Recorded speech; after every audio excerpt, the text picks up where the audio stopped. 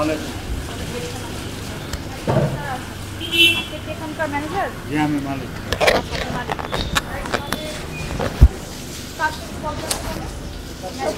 একটু বন্ধ রাখো। আচ্ছা, ম্যাজিস্ট্রেট স্যার আছেন, হ্যাঁ? আচ্ছা, মালিক? জি, আমি মালিক। আচ্ছা, আপনাদের এই যে এই প্রতিষ্ঠানটা বিএসটিআই লাইসেন্সের আওতাভুক্ত এই প্যাকেজ ড্রিঙ্কিং ওয়াটার, এই পণ্যের যে লাইসেন্সের কপিটা আছে এটা একটু দেখান।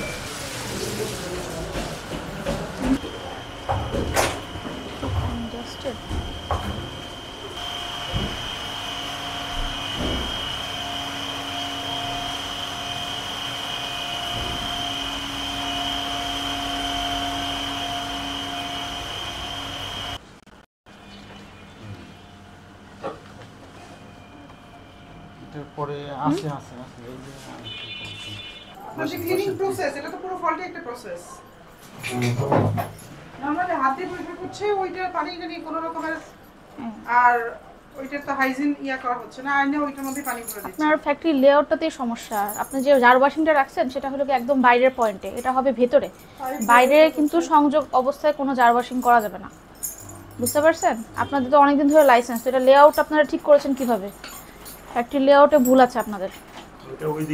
ওই গ্যারেজে ওখানে ওটা শুধুমাত্র ডেলিভারি পয়েন্ট হবে, আপনার সিল করার পরে তারপর আপনি রেখে জাস্ট ওখান থেকে বের করে দিবেন, কিন্তু ওই জায়গাতে আপনি ধুচ্ছেন, এটা তো হবে না। হচ্ছে হাত দিয়ে ওই পানিটা তো পুরোপুরি ঝরছেও না। হ্যাঁ, আপনাদের পুরোপুরি ম্যানুয়াল দেওয়ার আগে হবে না, ক্লিন হবে না? ক্লিন হবে একবার পুরোপুরি, এবং অটোমেটিক ওয়াশ হয়ে ওটা ডাইরেক্ট সিল হয়ে বাইরে আসতে হবে। তো দেখেন আপনি এরপরে কি আপনি নবায়নের ইনিশিয়েটিভ নেননি আপনি 18 সালের পরে? আর পরে আমরা 2 বছর এই যে ওয়াশের জন্য বন্ধ ছিল। কিসের জন্য? পরে আমি না, 2 বছরের বিষয় না, আপনি দেখেন এটা 25 সাল চলতেছে, 5, 6, 7 বছর। আমাদের এরপরে 18 টু 21, 21 টু 24, 24 টু 27, 3 দফা লাইসেন্সের কাজ কিন্তু আপনি পেন্ডিং। 2 বছর না, এখানে এটা এক্সপায়ার হয়ে গেছে 18 সালে। এরপর 3বার আপনার অ্যাপ্লিকেশন করার কথা, 3বারে কিন্তু একবারও আপনি অ্যাপ্লিকেশন করেননি। এটার আপনার যথাযথ রিজনটা কি? আপনার ফ্যাক্টরি তো চলতেছে, বলেন আপনি। এই সপ্তাহের মধ্যে আমি অ্যাপ্লিকেশন করব। আপনি 5 বছরে পারেন নাই, এখন 7 দিনে পারবেন, তাহলে 5 বছর পারলেন না কেন? আমি একটু ঝামেলা ছিলাম তো, এই বাড়িটা নিয়ে মামলা ছিল। এটা কোনো কথা না। আপনার ব্যবসা তো বন্ধ ছিল না একদিনের জন্য। না, ব্যবসা 2 বছর বন্ধ ছিল। বাকি 3 বছর কি একদিনের জন্য বন্ধ রেখেছিলেন? আপনার তো প্রতি 3 বছরের মেয়াদ একবার করে নেন। 18 থেকে 25। এই লাইসেন্সটা যেটা ইস্যু হয়েছে কতটাই 15 সালে। 15 সালে, তার মানে 10 বছর। এই 10 বছর পরে 7 বছরের না আরো 3 বার। তো আপনার তো এইটা তো কথা না, যৌক্তিক কথা না। আপনি 7 বছরে পারলেন না, 7 দিনে পেরে যাবেন এখন, তাহলে তো বোঝা যাচ্ছে যে আপনি 7 দিনে পারার মতো আপনার সক্ষমতা আছে, আপনার ইচ্ছা ছিল না, আপনি আগ্রহের অভাবে করেন না। আপনাদের কেমিস্ট আছে এখানকার? কেমিস্টকে ডাকেন তো। না, এটা কোন ইয়েতে ল্যাব হলো আপনাদের? আপনার এখানে কোনো কেমিস্ট বা মাইক্রোলজিস্ট আছে? আছে, এখন বলতে ছুটিতে আছে, দেশের বাইরে। ছুটিতে আছে? তাহলে এই যে পানিগুলো যে প্রসেস হচ্ছে এগুলো আপনারা চেক করেন না? কোনো পরীক্ষা হয় না? পরীক্ষা হওয়ার টেস্ট করে নেয়। এই ল্যাব তো বন্ধ। আপনার প্রতিদিন যত ব্যাচ যায় প্রত্যেকটা ব্যাচ রেডি হওয়ার পরে টেস্ট করতে হবে, রিপোর্টগুলো রাখতে হবে। রিপোর্ট আপনি এমন না যে লাইসেন্সের সময় একটু দেখাইলেন পরে আর করলেন না, যে কোনো সময় সার্ভিলেন্স মোবাইল কোড আসবে, ওই দিনে রিপোর্ট চাবে, দেখাতে পারবেন? জনাব আব্দুল আওয়াল খান, আমরা আজকে এই যে মিরপুর যে সেনপাড়া পর্বতা এলাকায় এসে আপনার আল মদিনা সুপার ফুড অ্যান্ড বেভারেজের যে মার্কেটিং কোম্পানির যে আপনারা জারের পানি বোতলের মানে জারের যে পানি উৎপাদন করছেন এবং বিক্রয় বিপণন করছেন, এটা আমরা দেখতে পেলাম। আপনি লাইসেন্স নিয়েছিলেন সেই 18 সালে, অদ্যাবধি এর পরে আপনি আর কখনো লাইসেন্সের জন্য যান নাই, বা লাইসেন্স নিতে হলে পেতে হলে পানি সঠিকভাবে হাইজিন মেনটেন করে মানুষের কাছে ফ্রেশ পানি, জীবাণুমুক্ত নিরাপদ পানি পৌঁছানোর জন্য যেটা করতে হয়, আপনার কিন্তু কোনো সিস্টেম নাই।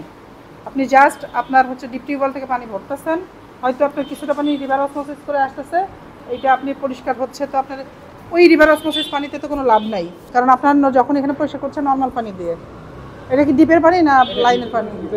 এই পানিতে পরিষ্কার করছে, হাত দিয়ে মেঝেতে ফেলে রাখতেছে, সেগুলোই নিয়ে যে জাস্ট আপনার পানি ভরছেন।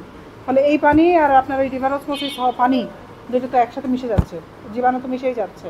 তো আপনি জীবাণুমুক্তভাবে পানি আপনার যেটা করার কথা সেটার জন্য আপনি কোনো ব্যবস্থাই নেন নাই। আমরা এটা পেয়েছি যে আপনি সুদীর্ঘ এই 7 বছরে কোনো রকম ব্যবস্থা গ্রহণ করেন নাই। আপনার কোনো রকমের ল্যাব নাই, আপনার ল্যাবটা পুরো গুদামঘর হয়ে আছে। তো এইগুলো কিন্তু কাম্য না।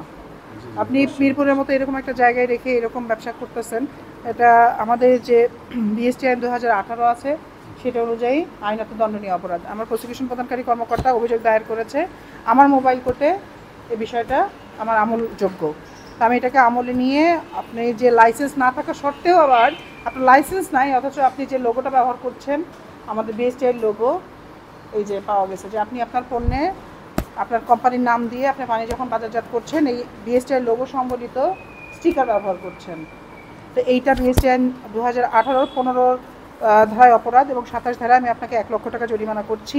জরিমানা এখনই আদায়যোগ্য। আরোপিত জরিমানা যদি আপনি পরিশোধ না করেন তাহলে 3 মাসের বিনাশ্রম কারাদণ্ড। হ্যাঁ, জরিমানা পরিশোধ হলে কারাদণ্ড থাকবে না, এটা এখানেই শেষ হয়ে যাবে।